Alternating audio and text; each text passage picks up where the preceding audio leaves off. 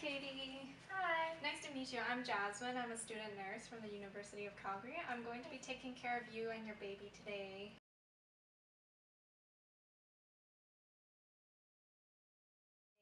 Okay. How was your sleep last night? It was okay. Didn't get tons, but that's okay. How about baby? How's baby doing? She seems to be doing good. That's Yeah, good. Sleeps a lot. Eats a lot. Did you get to name her? Yeah, we named her Ellie. Oh, that's a cute name. Thank you. So I'm just going to start off with doing some vitals and assessment right now. Before I do that, do you have any pain? No, my pain's not too bad. Like, it's very minimal. Okay, was there anything I could get for you for that pain? No, I think I'm okay right now. Thanks. Okay, sounds good. I'm going to start off with listening to baby's heart rate. Sure.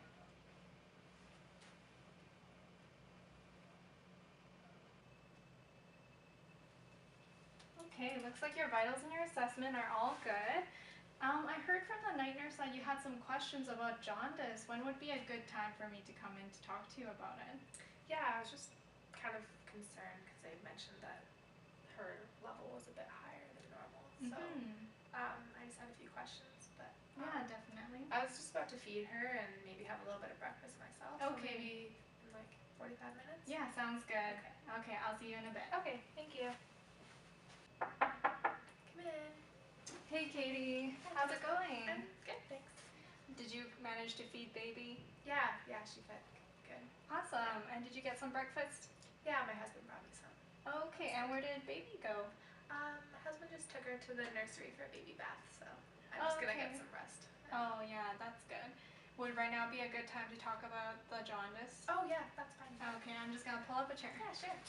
Okay, so we'll start by just asking, do you know anything about jaundice?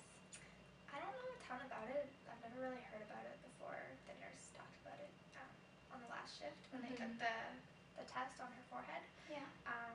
All I know is that it's like the yellowing of the skin and the eyes, but I'm not really sure how that happens. Yeah, so that's some good signs and symptoms of jaundice, and it's actually quite frequently occurring in babies. So I have this pamphlet here for you. So as you can see here, it says that in over 50% of full-term newborns, they'll have this. Oh, wow. So it's perfectly normal for babies, and why it happens is that it's a product from the breakdown of red blood cells that a lot of babies have. Oh, okay. And babies have more red blood cells, which is why they have more breakdown of red blood cells, and that causes that bilirubin to be produced as a byproduct. Okay. So because that's building up, that's why you see that yellowing of the skin and of the whites of the eyes, like you can see on your baby. Right. But we don't have to be concerned yet because we've been looking at the TCB bilirubin test. So you know that test that you were talking about with the scanning the forehead? Yeah, so that's what I'm talking about here. So this is the chart that we use for it. So basically your baby right now is in this yellow zone here. Oh, okay. So it's in between the red and the green zone. Right. And so in this yellow zone, it means that we're not too concerned yet, and it's also based on the age. So right now your baby is around 24 hours old. So being that her bilirubin is around 125, she's right in between.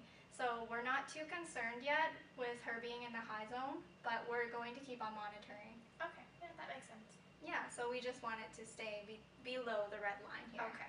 Yeah. And so some other causes of jaundice would be immature liver function. So because babies are just so young, they can't eliminate the bilirubin effectively yet. So that's why their liver function isn't so good to eliminate that. And some other ones are pathological conditions, but that's not very common. So it could be things like bruising or bleeding from birth because it's quite traumatic for them. Right. Yeah. And some risk factors for that is certain ethnicities, which are East Asians, Mediterranean people, and Native American people. But I don't think that's a concern for you. Okay. Or ABO blood incompatibility, so that's when the blood type just doesn't match up. And if you had prolonged labor or a stressful labor that causes baby to just be at stress, that could be a reason for that as well. Okay. Or poor feeding with the breast or with a bottle, but that doesn't seem to to be a problem for you as well because it looks like she's latching pretty well, right? Right, yeah. Oh, okay. So what you can do about it is, of course, just breastfeeding your baby. So breastfeeding your baby can help the bilirubin just pass through the digestive system, so it's excreted through the poop and also the pees. So have you been noticing that? She's only had one dirty diaper since she's been born, but Okay. the nurse said that was normal for Mm-hmm. her age. And how about for feeding? Has your baby been feeding like frequently? Yeah, I've been making sure to write on that sheet every 3 hours. Yeah, like, perfect. How long she feeds for. So. Yeah, so when you get home, you can continue to do that to just monitor how often she's feeding and also how much she's pooping out. Okay. So how many dirty diapers, how many pees, and Okay. then that way we can monitor. And also you can also check for symptoms of ineffective feeding, and so like if you notice her just not latching very well, or if she seems very tired, then we might start getting concerned. And that's when you can notify your healthcare provider. So like the trouble with feeding, or if you notice her getting more yellow, and if she's not meeting that count for dirty diapers, then you should contact your healthcare provider. Okay. And at that point, this isn't a concern yet, but they might use phototherapy to treat that. So phototherapy can be prescribed, and it's using special lights, and then like the eyes will be covered to protect their eyes, and it helps pass that bilirubin. So yeah, I did see one of the babies in the nursery with the lights on them. Yeah, so Looked that a would little be that. intense. Yeah, but don't worry, it doesn't harm the baby at all. But it effectively treats that jaundice to get rid of it. Okay.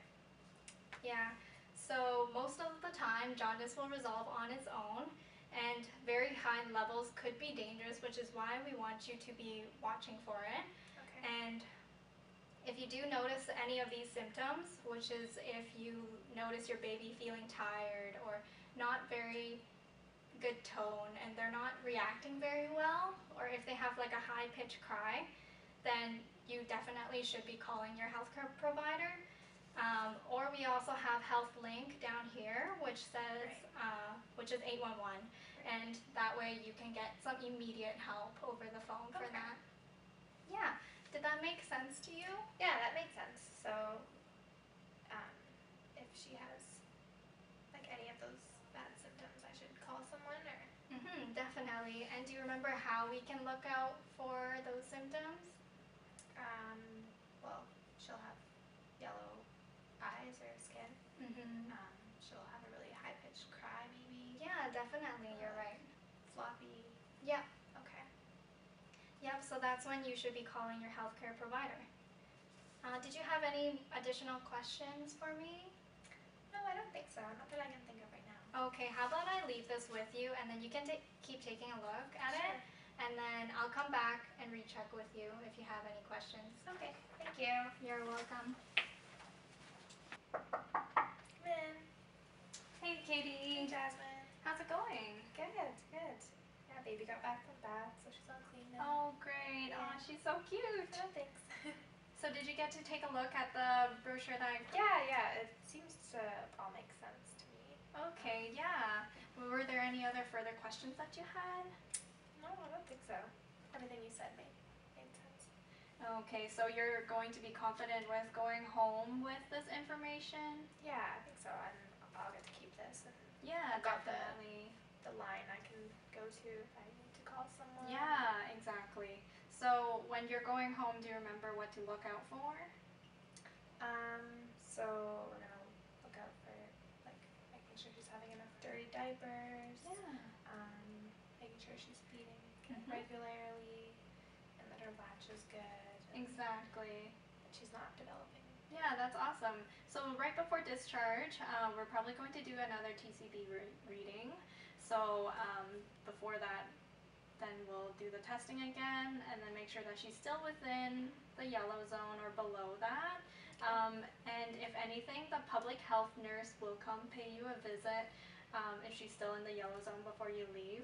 Right. And she will probably set up a time with you and come visit you in your home. Okay, that sounds good. Well then, I'll just leave you your call bell right here. It's on the side.